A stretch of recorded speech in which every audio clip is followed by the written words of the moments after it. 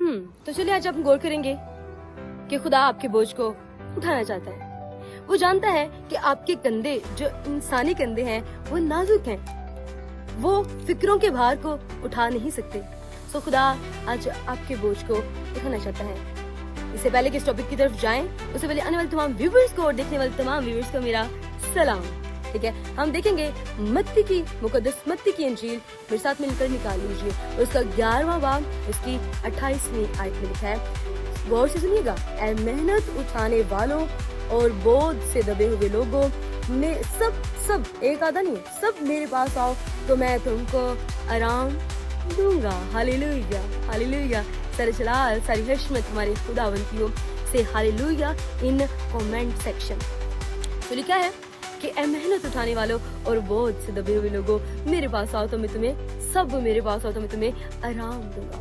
खुदा आपको आराम देना चाहता है। यीशु मसीह ने सलीब पर अपनी जान क्यों दी?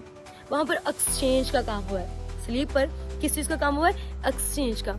उसने आपके भारी भरकम फिक्रों को, दुखों को, तकलीफों को अपने ऊपर लिया है ताकि क्या हो, आप आजाद हो सकें, ताकि क्या हो, आपकी जिंदगियां बहाल हो सकें। खुदा जानता है वो फिक्रें, वो डिप्रेशन, वो खानदान कैसे चलेगा, इसका खर्चा कैसे चलेगा, ये बाहर कैसे चलेगा, मैं अपने बच्चों की पढ़ाइयों का कैसे मैनेज करूंगा, कैसे कैसे कैसे कैसे कैसे ये सब कुछ होगा। तो आज खुदा आपसे कहता है कि अपना बोझ मुझे दे दो, अपनी फिक्रें मुझे दे दो। खुदा आपकी फिक्र करता है।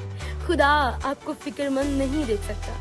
इमेजिन करें अगर आपका कोई जिस्मानी जब बाप होता है, क्या वो आपको फिक्र होता देख सकता है? वो कहीं से भी करके लाए, कहीं से भी कमाई करके लाए, वो आपके लिए लेकर आता है ना? ऐसे ही है आपका बाप। और इसी तरह जो आसमानी बाप है वो भी आज आपसे कह रहा है, मेहनत उठाने वाले और बोझ से दबे सब के लिए ये पूछूंगी, वो मैं और आप। और मैं खुद मिसाल हूँ कि खुदा ने मेरे बोझ को अपने ऊपर ले लिया और मुझे आजाद किया।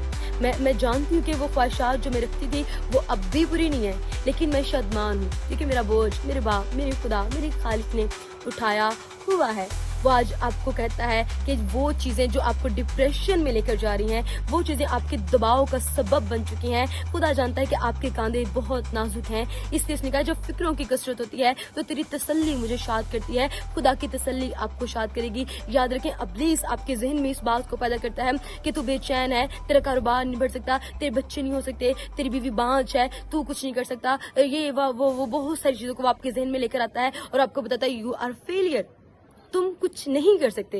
ये फीलिंग्स जो डेवलप करता है, ये डेवल करता है। ये फीलिंग्स को आपको निगलेक्ट करना है, आपको अपनी जिंदगी से डिलीट कर देना इन फीलिंग्स को और आपको कहना है कि खुदा मेरे बोझ को ले चुका है, खुदा मुझे औलाद वाली बनाएगा और मेरे दिल को शाद करेगा। याद रखें, यीशु मसीह जब इस जमीन पर से गए और बात में जाते उसने जाते वक्त वो अपना आराम, हिज ऑन पीस वो आपको देकर गए हैं और इब्लीस को उस सुकून को जो यीशु मसीह आपको देकर गए हैं उसे छीनने ना दें।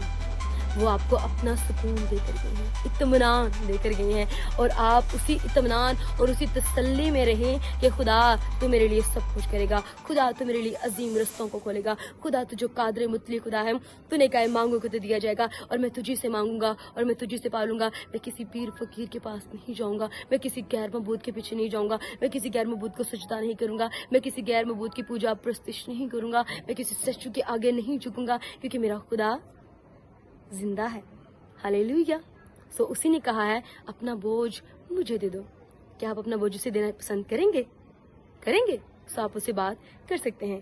वो जो खुदा आपको देख रहा है, वो जो खुदा हमारे दरमियान मौजूद है, वो चाहता है आप अपनी जितनी भी फिक्रें हो सकते हैं, डिफरेंट मिसाइल सब लोगों के होते हैं, मेरे अलग हो सकते हैं, आपके अलग हो सकते हैं, ठीक है, तरह बतरह ये मिसाइल जिंदगियों में हो सकते हैं, पर कुछ भी हो आपके खुदा के आगे कुछ नामुमकिन नहीं है। वो खुदा आपका है जिसने बहरे कुलजम को दो हिस्से किए।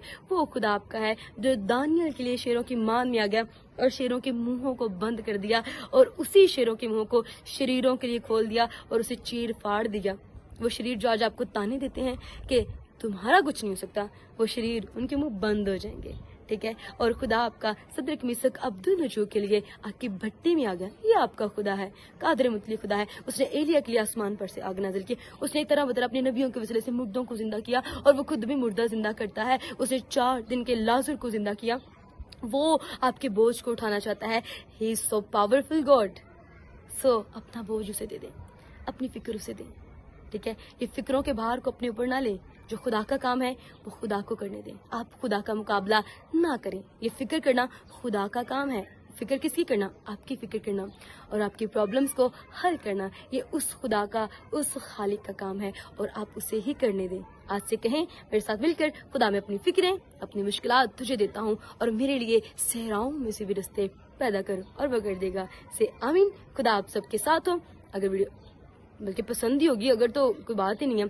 सो चैनल को सब्सक्राइब करके जाएं, लाइक करके जाएं, और शेयर करके जाएं, और साथ ही साथ घंटी बेल आइकन को प्रेस करें, ताकि आने वाली वीडियोस आप तक बाखूबी और आसानी पहुंच सके। God bless you all.